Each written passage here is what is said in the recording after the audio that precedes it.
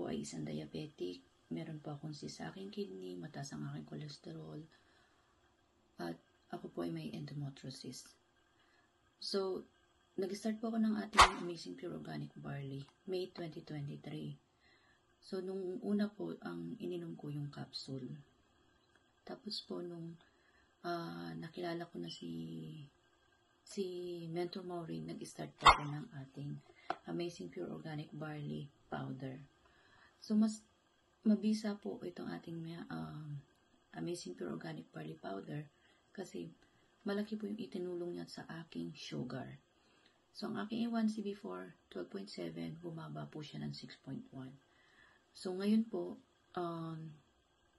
tinanggal na po ng doktor ko yung aking glipizide, metformin, at atorvastatin dahil nag-normal po ang aking sugar, ang aking cholesterol, at yung aking cyst sa aking kidney, nawala din po siya. And ang aking endometriosis, wala na po ako nararamdaman na sakit sa aking puson, at saka nawala po yung aking spotting. Yung aking spotting po, everyday po yan.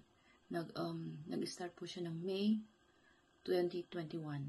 So, napansin ko lang po siya nitong February 2024. Napansin ko po siya February 2024, hindi na pa ako nag-spotting. So, August 2024, meron po akong check-up sa aking OB-GYN. Yun po, nasabi rin po niya sa akin na wala na po yung aking endometriosis kasi wala na po siyang makita dahil meron po siyang exam na ginawa sa akin at saka ultrasound, wala po silang makita na. So, yun lang po. Maraming salamat at maraming salamat sa ating Amazing Pure Organic Barley.